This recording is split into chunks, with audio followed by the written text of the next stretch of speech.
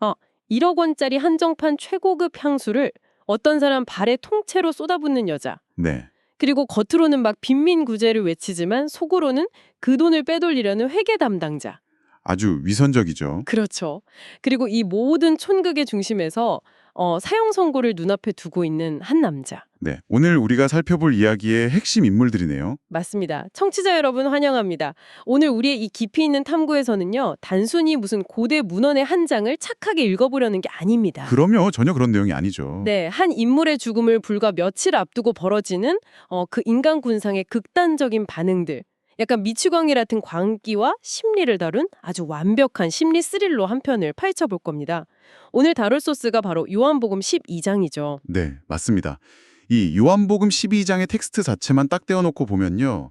뭐랄까 엄청난 인지적 부조화 그리고 폭풍전야의 긴장감으로 아주 팽팽하게 담겨져 있는 기록입니다. 보통 이 텍스트를 그 종교적인 시각으로만 점잖게 접하다 보니까 이 안에 담겨 있는 완전 날것의 감정들이나 막 치열한 정치적 역학관계 같은 걸 놓치기가 참 쉽거든요.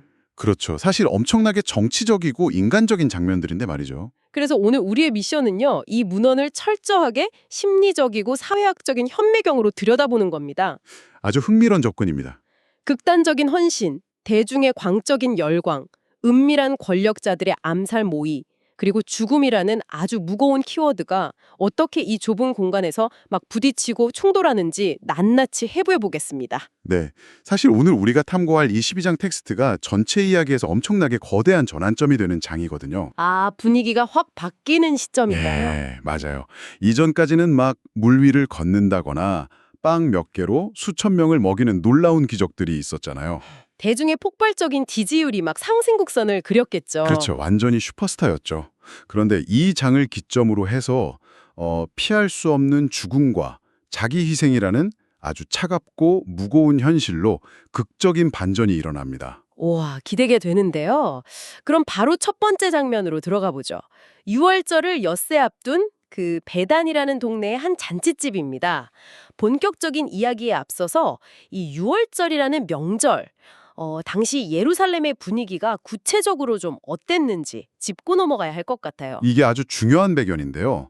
평소에 예루살렘 인구가 한 5만 명 남짓이었거든요. 아, 5만 명. 뭐 그렇게 큰 도시는 아니었네요. 네, 그런데 이 6월절 기간만 되면 그 인구가 50만 명 이상으로 폭증을 합니다. 와, 50만 명이요. 무려 10배가 뛰는 거네요. 맞습니다. 근데 당시 이스라엘이 어떤 상황이었냐? 로마 제국의 식민 지배를 받고 있었잖아요. 아, 그렇죠. 억눌려 있던 상태죠. 네, 그 억눌린 수십만 명의 유대인이 한 곳에 모였다. 이거 로마 당국 입장에서는 어떨까요? 완전 언제 폭동이 일어날지 모르는 거대한 화약고 같은 상태였겠네요. 정확합니다. 숨막히는 살얼음판 같은 아주 팽팽한 긴장감이 흐르는 분위기입니다. 아, 그런 살벌한 긴장감 속에서 예수를 위한 잔치가 열린 겁니다. 심지어 그 자리에는 죽었다가 다시 살아났다는 나사로라는 인물도 함께 앉아 있었어요. 네, 그 동네 최고 셀럽이었겠죠. 그렇죠. 그런데 여기서 마리아라는 여성이 아주 파격적인 행동을 합니다. 순전한 나드 향유를 예수의 발에 통째로 붓고 자기 머리카락으로 그걸 닦아내는 사건이 일어난 거예요. 아주 유명한 장면이죠. 제가 이 방송 준비하면서 텍스트에 나오는 그 향유의 가치, 그러니까 300데나리온을 현대 화폐로 한번 계산을 해봤거든요. 오, 얼마 정도 나오던가요? 1데나리온이 당시 노동자 하루치 일당이니까 지금 가치로 치면 대략 수천만 원에서 거의 1억 원에 가까운 액수입니다. 와, 향수 한 병에 1억 원? 솔직히 제가 그 잔치방에 앉아 있었다면요. 저는 제자인 가룟 유다 편을 들었을 것 같아요. 아, 진짜요? 아니 아무리 존경해도 그렇지 1억 원짜리 향수를 발에다 붓는 건 이건 약간 비이성적인 관계 아닙니까? 유다의 말대로 그거 팔아서 빈민구제에 쓰는 게 훨씬 실용적이고 합리적이잖아요. 네, 현대인의 합리적인 경제관념으로 보면 유다의 주장이 100번, 1000번 옳습니다. 제 말이요. 하지만 여기서 텍스트가 고발하고자 하는 건 그 행위의 실용성이 아니에요. 그 이면에 숨겨진 진짜 동기입니다. 동기요. 네, 텍스트는 이 유다라는 인물을 아주 직설적으로 막 날 것 그대로 해부해버리죠. 이렇게 적혀 있습니다. 그는 가난한 자를 생각함이 아니여 도둑이라 동괴를 맞고 거기 넣는 것을 훔쳐가 밀어라. 헐, 잠깐만요. 그러니까 유다는 속으로는 그 1억 원이라는 막대한 자금이 자기가 관리하는 돈괴로 들어와서 슬쩍 자기가 빼돌리기를 바랐다는 거잖아요. 맞습니다. 근데 겉으로는 가난한 사람들을 도와야지 하면서 아주 완벽한 사회적 정의의 프레임을 씌웠다는 건가요? 네, 바로 그겁니다. 명분의 타락을 아주 적나라하게 보여주는 전형적인 메커니즘이죠. 와, 진짜 소름 돋네요. 자신의 사적이고 이기적인 탐욕을 가리기 위해서 세상에서 가장 도덕적이고 공익적인 언어를 자기 방패로 삼은 거예요. 이야, 이거 완전 현대 정치판이나 소셜미디어에서 매일 보는 모습 아닌가요? 그렇죠. 심리학에서는 이런 걸 도덕적 허가제, 영어로 모럴 라이선싱의 극단적인 형태로 볼 수 있습니다. 자신이 아주 도덕적인 주장을 하고 있다는 그 사실 자체에 취해서 내면의 부패를 철저하게 기만하는 거죠. 자기 최면 같은 거네요. 나는 착한 사람이다, 이런. 네, 예수는 그 위선을 단번에 간파한 겁니다. 그래서 마리아의 그 맹목적인 행위가 낭비가 아니라 다가올 자신의 장례를 준비하는 아주 가치 있는 일이라며 그녀를 적극적으로 옹호하죠. 아, 1억 원을 빼돌리려는 철저한 계산, 그리고 통제불능의 맹목적인 헌신이 이 좁은 방 안에서 정면으로 탁 부딪힌 거군요. 아주 팽팽한 심리전이죠. 거기에 제가 알기로는 당시 여성의 머리카락은 일종의 자존심이자 명예를 상징했다고 들었거든요. 네, 함부로 남 앞에서 풀지 않았죠. 근데 그걸 풀어서 다른 사람 발을 닦았으니 마리아는 돈뿐만 아니라 자신의 사회적 최면까지 막 모조리 던져버린 셈이네요. 완전히 자기를 낮춘 거죠. 그런데 말이죠. 이 밀실 안에서 벌어지는 숨막히는 심리전 바깥에서는 훨씬 더 소름 돋는 모의가 진행 중입니다. 당시 권력자들인 대제사장들이 예수뿐만 아니라 그 살아난 나사로까지 같이 죽이려고 암살을 공모하거든요. 권력의 어두운 이면이 등장하죠. 이유가 너무 단순해요. 죽은 나사로가 살아난 것 때문에 사람들이 예수를 믿기 때문이라는 거예요. 아니, 전문가님, 상식적으로 생각해보면 죽은 사람이 내 눈앞에서 살아나서 막 걸어다니면 아, 내 세계관이 틀렸구나, 진짜 신인가 보다 하고 진실을 인정하는 게 상식 아닌가요? 일반적인 사람이라면 그렇겠죠. 하지만 인간이 막강한 권력과 기득권을 쥐고 있을 때 진실을 대하는 태도가 얼마나 잔혹해질 수 있는지 보여주는 아주 무서운 대목입니다. 잔혹해진다. 어떻게 잔혹해지죠? 대제사장들에게 나사로는 그냥 기적의 주인공이 아니었어요. 자신들이 평생 구축해온 종교적 교리, 그리고 그로부터 나오는 정치적 권력을 송두리째 위협하는 살아 숨쉬는 증거였던 겁니다. 아, 눈에 까시네요. 그렇죠. 인간은 자신의 근본적인 신념이나 사회적 지위를 위협받을 때 그 새로운 증거를 수용해서 자신의 세계관을 수정하려고 하지 않습니다. 그럼 어떻게 하나요? 대신에 그 증거 자체를 아예 파괴해버림으로써 기존의 세계를 지키려는 강력한 방어 기제를 발동합니다. 와, 그러니까 진실이 너무 눈부셔서 불편하니까 아예 진실을 비추고 있는 스피커 자체를 망치로 부숴버리겠다는 거네요. 정확합니다.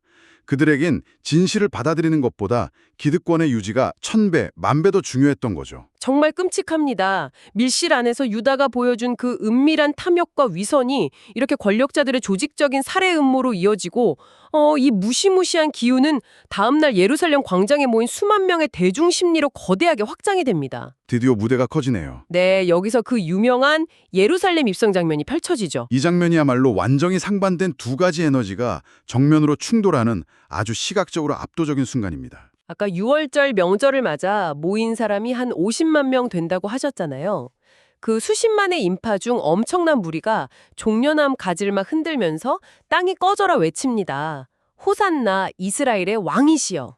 엄청난 환호성이었겠죠? 로마를 엎어버릴 왕을 기대하는. 그렇죠. 세상을 구원할 압도적인 히어로를 맞이하는 분위기예요.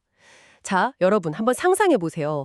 왕의 개선식, 승리 퍼레이드라면 당연히 아주 늠름한 명마를 타거나 당대 최고의 황금 전차 같은 걸 타야 할 텐데 텍스트를 보면 예수는 어린 나귀를 타고 나타납니다. 낙이 새끼라고 명시되어 있죠. 이건 마치 수많은 인파가 구국의 영웅을 위해서 거대한 카퍼레이드를 다 준비해놨는데 정작 주인공은 무슨 최고급 리무진이나 막 장갑차가 아니라 동네 아이들이 타는 삑삑거리는 세발 자전거를 타고 덜컹거리면서 나타난 격 아닙니까? 하하, 그 세발 자전거라는 비유가 진짜 기가 막히네요. 당시 군중과 예수 사이의 그 거대한 인지적 불일치를 아주 정확하게 설명해 줍니다. 서로 완전 딴 생각을 하고 있었던 거군요. 맞아요. 당시 군중이 예수에게 투사한 기대는 아주 명확했습니다. 나사로를 죽음에서 살려내는 엄청난 기적을 두 눈으로 봤잖아요. 네, 봤죠. 그러니까 그 압도적인 파워로 식민지 지배자인 로마 군대를 다 물리치고 이스라엘을 독립시킬 아주 강력한 군사적이고 정치적인 군주를 원했던 겁니다. 아, 탱크를 몰고 올 정복자를 기대하면서 막 깃발을 흔든 거네요. 그렇죠. 그런데 정작 예수는 무력과 폭력을 상징하던 화려한 군마가 아니라 평화와 경선의 상징인 볼품없는 나귀 새끼를 타고 나타난 겁니다. 메시지가 완전히 엇갈리고 있습니다. 대중은 무력을 원하는데 예수는 평화를 보여주고 있어요?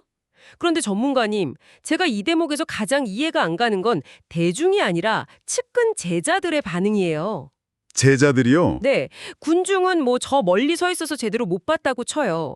근데 가장 가까이서 매일 같이 밥 먹고 다니던 핵심 측근들조차 이 나기 퍼포먼스의 의미를 처음에는 전혀 이해하지 못했다고 텍스트가 고백을 하거든요. 네, 제자들은 처음에 이 일을 깨닫지 못하였다가 라고 적혀 있죠. 네, 나중에 예수가 영광을 얻고 그러니까 나중에 죽고 난 후에 아, 선지자 스가랴의 기록이 이런 뜻이었구나. 왕이 나귀 새끼를 타고 온다는 게 이거였구나 하고 깨달았다는 겁니다. 왜 그 현장에서는 그 세발자전거의 의미를 한 명도 눈치채지 못했을까요? 바로 그게 확증 편향 인간의 심리적인 맹점의 무서움입니다. 확증 편향이요? 내가 보고 싶은 것만 본다는 그건가요? 맞습니다. 인간의 뇌는 자기가 기대하고 믿고 싶은 대로 외부 정보를 재구성해버립니다. 제자들도 군중하고 똑같이 세속적이고 정치적인 프레임을 완전히 공유하고 있었어요. 아, 제자들도 한 자리 차지하고 싶었을 때니까요. 그렇죠.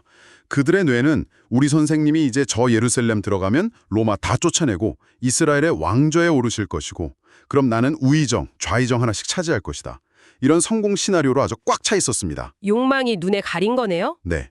기대하는 바가 너무나 강렬하면요. 자기 눈앞에서 선생님이 세발자전거를 타고 가고 있어도 도대체 그게 뭘 의미하는지 해석해내는 인지기능 자체가 아예 마비되어 버립니다. 와, 무섭네요. 결국 아주 기극적인 절말을 맞고 나서야 흩어져 있던 그 기억의 파편들이 맞춰지면서 비로소 진실을 인식하게 된 거죠. 심리학에서는 이런 현상을 사후 판단 편향 혹은 사후 깨달음이라고 부릅니다. 결국 내가 욕망이라는 두꺼운 색안경을 끼고 있으면 세상이 다 내 욕망의 색깔로만 보인다는 거네요. 바로 옆에 진리가 있어도 모르는 거고요. 정확합니다. 반면에 이 엄청난 군중의 열광을 지켜보던 권력자들, 그러니까 바리새인들은 완전히 멘붕에 빠집니다.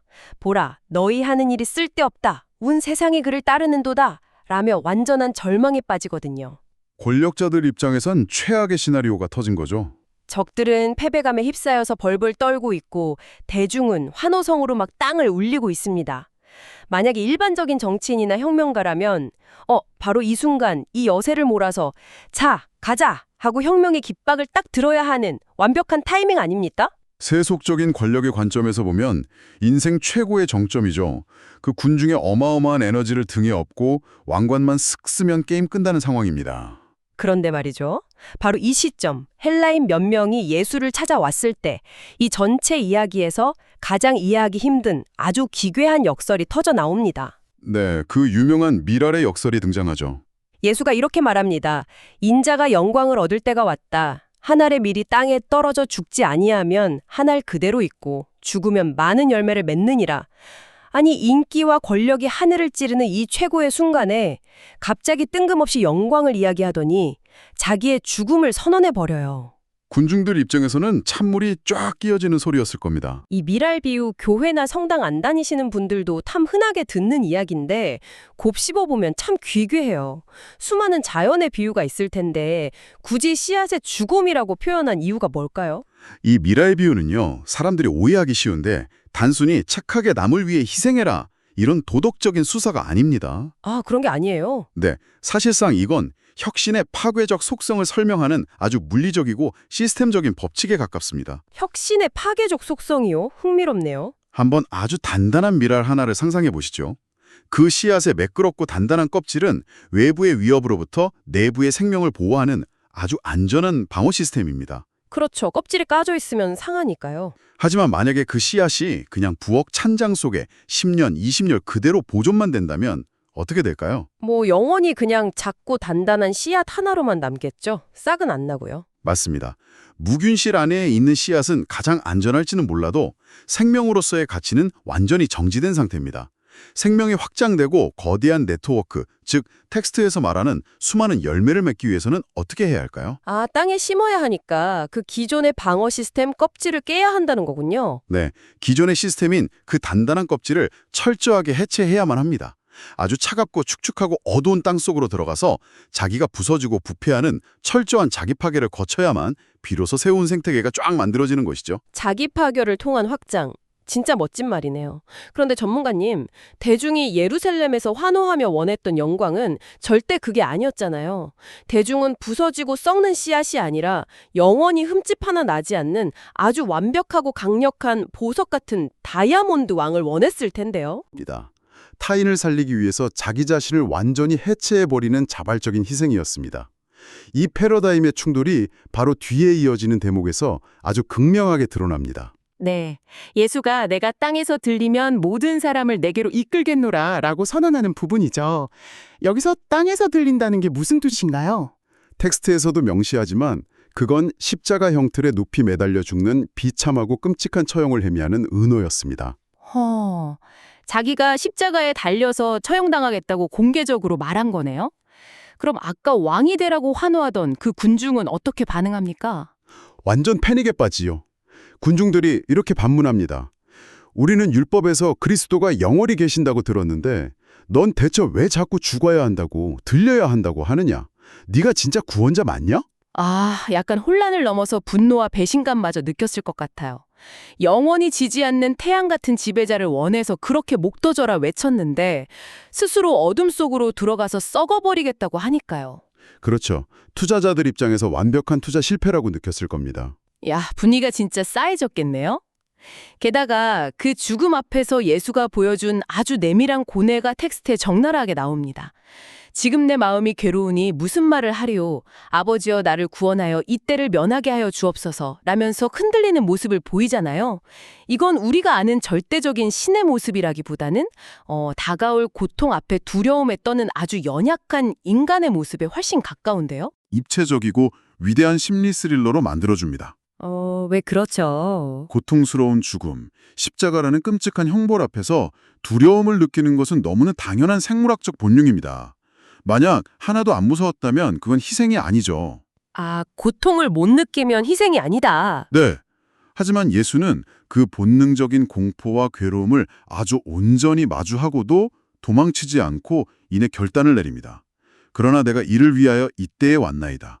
아버지여, 아버지의 이름을 영광스럽게 하옵소서라며 자신의 운명을 기꺼이 수용합니다. 와. 두려움을 느끼지 못하는 기계적인 신이어서가 아니라 미치도록 두려운 공포 속에서도 자발적으로 자신의 껍질을 깨는 고통을 선택한 것이죠. 진짜 듣기만 해도 막 마음이 먹먹해지고 약간 숙연해지네요. 자, 그렇다면 이제 오늘 이야기의 가장 뼈아픈 질문으로 한번 넘어가 보겠습니다. 네, 예수는 죽은 자를 살리는 수많은 기적이라는 아주 명백한 팩트도 보여줬고 자기가 가야 할 길이 세속적 권력이 아니라 철저한 희생이라는 점도 명확하게 다 설명을 했습니다. 다 보여주고 다 들려졌죠. 네, 그런데도 불구하고 이 수많은 사람들은 왜 끝내 이 메시지를 받아들이지 못하고 결국 등을 돌렸을까요? 저는 이 텍스트 후반부를 읽으면서 묘사된 그 인간의 연약하고 이기적인 본성 때문에 약간 정말 소름이 돋았습니다. 아, 그 눈이 멀고 마음이 완고해져서 깨닫지 못했다는 그 이사야 선지자의 예언이 인용되는 부분을 말씀하시는 거군요. 네, 그것도 그렇지만 제가 정말 헉하고 충격받았던 건 아무것도 모르는 일반 대중이 아니라 배울 만큼 배운 관리들의 반응입니다. 아, 관리들. 아주 핵심적인 인물들이죠. 텍스트를 곰곰이 보면 심지어 당시 권력층인 관리들 중에서도 예수를 믿는 자가 꽤 많았다고 딱 나와요. 그러니까 지적으로는 진실을 알아본 겁니다. 아, 저분이 진짜구나. 머리로는 이해를 한 거죠. 네. 그런데 문제는 그 다음이에요.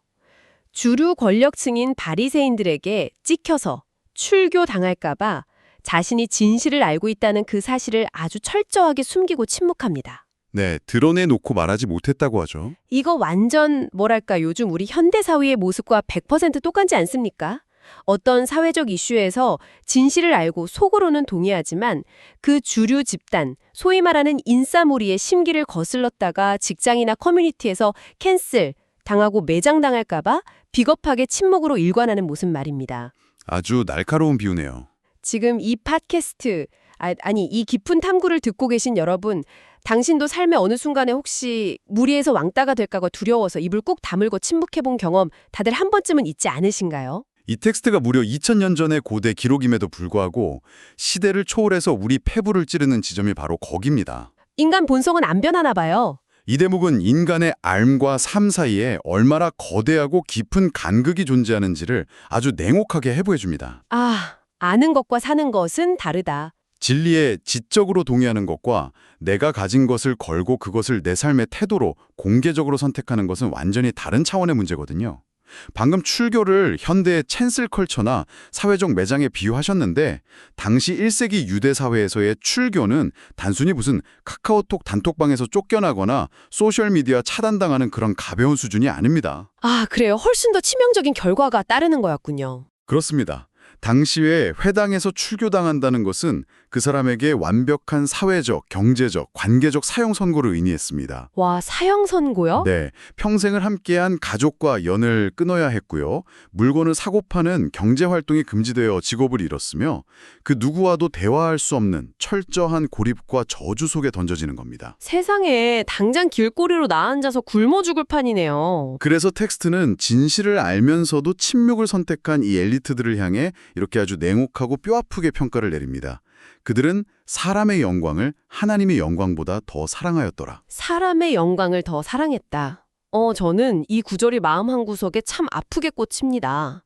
이게 단순히 저 사람들은 남의 칭찬받기를 너무 좋아해 이런 가벼운 뜻이 아니라 내가 지금 누지고 있는 기득권과 무리 안에서의 소속감을 잃는 것에 대한 인간의 뼈저린 공포를 묘사한 것 같아요. 네, 정확히 보셨습니다. 진리가 뿜어내는 빛은 본질적으로 꽤 불안정하고 때로는 아주 위험합니다. 위험하다고요? 왜냐하면 진리를 온전히 따르려면 내가 지금 발 딛고 서 있는 그 안전한 집안, 내가 평생 구축해온 세계관을 허물어야 하거든요. 껍질을 깨야 하는 거네요. 맞습니다. 아까 미랄 비유로 돌아가 보자면 이 엘리트 관리들은 자신이 수십 년간 땀 흘려 쌓아온 평판, 권력, 사회적 네트워크라는 그 안전한 껍질 안쪽에 그냥 계속 머물기를 선택한 겁니다. 진실보다는 내 밥그릇과 내 위치가 더 소중했다. 그 단단한 껍질을 깨고 바깥으로 나오면 당장 사회적으로 얼어 죽거나 굶어 죽을 것 같은 그 공포를 끝내 이겨내지 못한 거죠. 비겁하지만 한편으로는 너무 인간적이어서 씁쓸하네요. 이 두려움에 빠져 침묵하는 다수를 향해서 예수는 마지막으로 아주 강력하게 일갈합니다. 자신이 세상을 심판하러 온 것이 아니라 구원하러 온 빛이라고 말하면서 이렇게 선언하죠. 나를 저버리고 내 말을 받지 아니하는 자를 심판할 이가 있으니 또 내가 한 그 말이 마지막 날에 그를 심판하리라.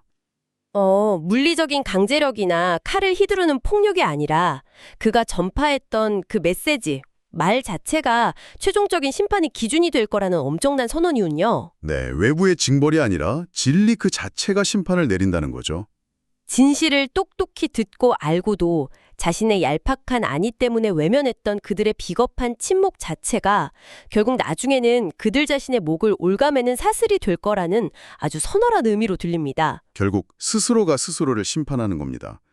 빛으로 나와서 부서질 것인가 아니면 안전하지만 서서히 썩어가는 어둠의 껍질 속에 비겁하게 머물 것인가. 선택은 결국 무리에 휩쓸리는 대중이 아니라 각자 개별자의 몫으로 남겨지는 것이죠. 야, 진짜 오늘 깊은 탐구는 밀도가 장난이 아니네요. 자, 오늘 우리는 단순히 오래된 종교문헌 한 장을 쭉 읽는 것을 넘어섰습니다. 인간 본성의 아주 가장 깊숙한 숨기고 싶은 밑바닥까지 샅샅이 파헤쳐봤죠. 네, 아주 치열한 심리전이었습니다. 빈민구제라는 그럴싸한 명분 뒤에 1억 원을 탐냈던 유다의 위선, 그리고 화려한 명마 대신 세발자전거를 타고 온 영웅을 전혀 알아보지 못하고 자신들의 세속적인 정치적 욕망만 잔뜩 투사했던 군중의 확증 편향. 다들 자기가 보고 싶은 것만 봤죠. 생명이 거대하게 확장되기 위해서 기꺼이 자신을 부수어 땅에 썩기로 결단한 미랄의 역설. 그리고 무엇보다 진실을 뻔히 다 알면서도 사회적 매장이 두려워서 사람의 영광이라는 단단한 껍질 속에 꽁꽁 숨어버린 엘리트 권력자들의 비겁함까지 살펴봤습니다. 저도 다시 한번 놀라게 됩니다. 이토록 짧은 12장 텍스트 안에 인간이 가진 위선, 집단 광기, 권력의 잔혹함, 그리고 사회적 공포가 이렇게 완벽하게 압축되어 있다는 사실이 놀라울 따름입니다. 진짜 최고의 고전 스릴러 맞네요. 이 모든 딥다이브, 깊은 탐구를 마치면서 지금 이어폰 너머로 혹은 스피커로 이 이야기를 듣고 계신 당신에게 마지막으로 아주 도발적인 화두를 하나 딱 던지고 싶습니다. 여러분 잘 들어보시죠. 오늘 텍스트를 전체적으로 관통하는 아주 강력한 두 가지 상반된 이미지를 당신의 머릿속에서 한번 강하게 충돌시켜 보십시오. 두 이미지요? 네. 하나는 자기를 철저히 깨트려 썩어지는 미랄입니다. 그리고 다른 하나는 타인의 인정과 소속감을 잃기 싫어서 껍질 속에 숨어버린 사람의 영광을 사랑한 자들입니다. 껍질을 스스로 기꺼이 깨는 자와 그 껍질 속에 아주 비겁하게 숨어버리는 자의 완벽한 대비로군요. 그렇습니다. 당신은 지금 이 거대한 현대사회라는 군중 속에서 매일매일 어떻게 살아가고 있습니까? 회사에서, 학교에서, 혹은 소셜미디어 안에서 남들에게 인정받기 위해 주류무리에서 왕따당하지 않고 이탈하지 않기 위해 사람의 영광이라는 그 단단하고 화려한 껍질을 유지하느라만 급급한 것은 아닐까요? 너무 전곡을 찌르시네요. 정작 그 화려한 껍질 안에서 당신의 진짜 생명력과 진실성은 서서히 말라 죽어가고 있는데도 말입니다. 만약 당신이 이 세상을 살면서 진정으로 의미 있는 수많은 열매를 맺고 당신 자신뿐만 아니라 타인까지 살리는 진짜 삶을 살기를 원한다면 당신은 남들의 시선과 평판이라는 그 견고한 껍질을 기꺼이 스스로 부수고 그 차갑고 축축한 땅바닥으로 추락할 용기가 있으십니까? 와, 남들의 시선과 사회적인 인정을 전부 부수고 기꺼이 바닥으로 추락할 용기. 정말 가슴을 아주 묵직하게 짓누르는 질문입니다. 제가 오늘 오프닝에서 저희가 다루는 이 이야기가 죽음을 며칠 앞둔 인간 군상의 완벽한 심리 스릴러라고 말씀드렸었죠? 네, 정말 한 편의 영화 같았습니다. 거대한 대중의 광기와 권력자들의 비겁함이 끔찍하게 소용돌이치는 이 기괴한 축제의 끝에서 결국 세상을 바꾼 것은 폭력적인 권력이나 다수의 화로가 아니었습니다. 스스로를 산산조각내서 땅에 묻힌 단 하나의 미랄, 그 자기 파괴적인 사랑뿐이었죠. 바로 그 미랄이 진정한 역사를 만들어낸 거죠. 지금 당신을 겹겹이 안전하게 둘러싸고 있는 그 껍질은 과연 무엇인지, 그리고 당신은 그 껍질을 깰 용기가 있는지 오늘 하루 스스로에게 아주 깊게 질문해 보시길 바랍니다. 이 묵직한 질문이 여러분의 일상에 오래오래 맴돌기를 바라면서 오늘의 깊이 있는 소스탐구는 여기서 모두 마치겠습니다. 감사합니다.